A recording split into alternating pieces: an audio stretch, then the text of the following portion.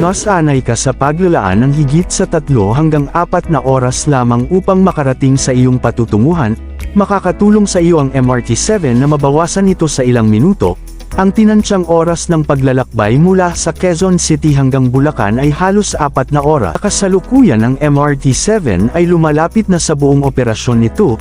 Nilagdaan ng isang deal sa National Railway firm ng South Korea para sa maintenance at operation ng mass transit system. At bago natin ituloy, kung ikaw ay bago pa lang sa aking YouTube channel ay huwag kalimutan mag-subscribe at i-click na rin ang bell icon para lagi kang updated sa mga bago kong upload video. Pumirma ang chairman ng San Miguel Corporation at CEO na si Ramon Ang, ng isang kasunduan sa Operations at Maintenance sa Korea Railroad Corporation, KORAIL, National Railway Operator ng South Korea, para sa MRT-7 kahapon Martes. Sa ilalim ng kasunduan, makakatulong ang KORAIL na matiyak ang isang maayos na paglipat mula sa konstruksyon hanggang sa pang-araw-araw na operasyon ng MRT-7.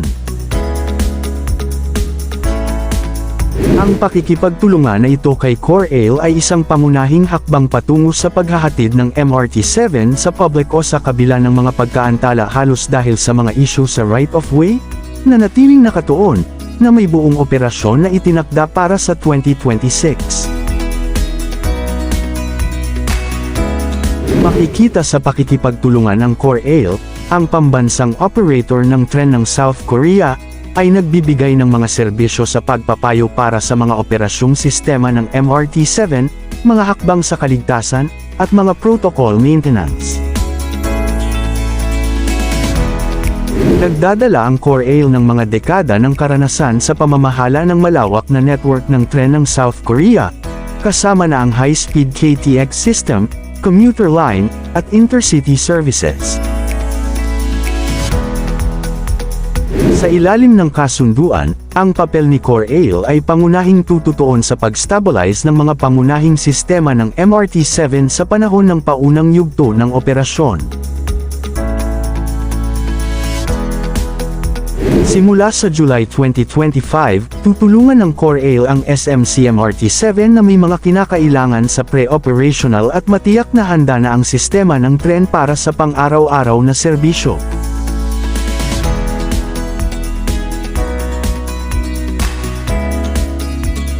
Nabanggit ng CEO ng SMC, na sa kabila ng mga pag-setback dahil sa mga issue sa right-of-way, ang proyekto ay nananatili sa paggawa.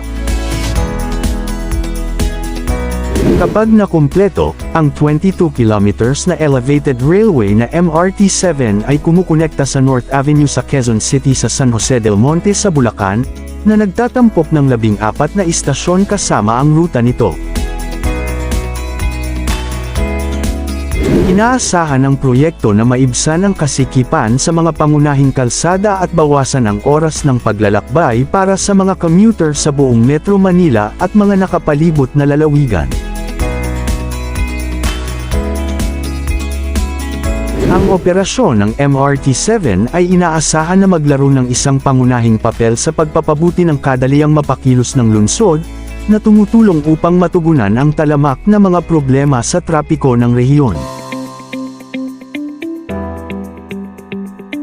Sinabi ng Pangulo at CEO ng KORAIL na si Han Moon-hee, "Tiwala ako na ang pagsasanib ng teknikal na kadalubhasaan ni KORAIL kasama ang pamamahala ng San Miguel ay gagawa ng MRT-7 na pinakamahusay na railway sa Pilipinas."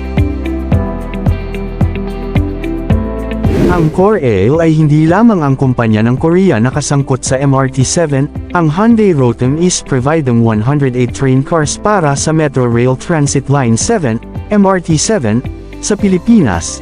Ang 108 cars na ito ay gagamitin sa isang 3-car train set configuration, na nangangahulugang 36 3-car train set ay magpapatakbo sa linya. Ang Metro Rail Transit Line 7 o MRT-7 ay may haba na tinatayang mahigit 22 kilometers, at may tinatayang gastos na 62.7 bilyon pesos. Ang proyekto, na kung saan ay nakatakda para sa buong operasyon sa pamamagitan ng 2026, ay magsisilbing isang modelo para sa mga hinaharap na mga proyekto sa infrastruktura ng transportasyon sa Pilipinas, kung saan ang demand para sa maaasahan at mahusay na pampublikong transportasyon ay mabilis na naitatayo.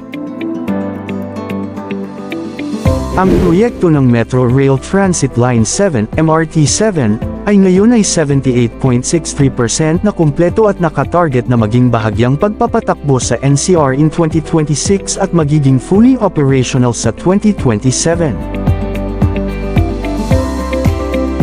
Ang proyekto ng MRT7 ay isang Public-Private Partnership PPP sa pagitan ng San Miguel Corporation, SMC, at Department of Transportation, DOTR. Sa ilalim ng pag-aayos na ito, ang SMC ay nagsisilbing pangunahing taga-buo ng proyekto, operator, at financier, habang ang DOTR ay may pananagutan sa regulasyon at pangangasiwa upang matiyak ang pagsunod sa pambansang pamantayan sa transportasyon at infrastruktura. Ang proyekto ay naglalayong maghatid ng isang mas mabilis, mas mahusay, at lubos na maaasahang sistema ng pampublikong transportasyon na nagkokonekta sa Quezon City at Bulacan. At para maibsan ang matinding kasikipan ng trapiko sa kahabaan ng Commonwealth Avenue at iba pang mga pangunahing daanan sa Metro Manila sa pamamagitan ng pagbibigay ng isang alternatibong solusyon sa transit ng masa, at makabuluhang mabawasan ang oras ng paglalakbay sa pagitan ng San Jose del Monte, Bulacan, at North Avenue, Quezon City, mula sa halos 3 oras hanggang 30 hanggang 35 minuto lamang.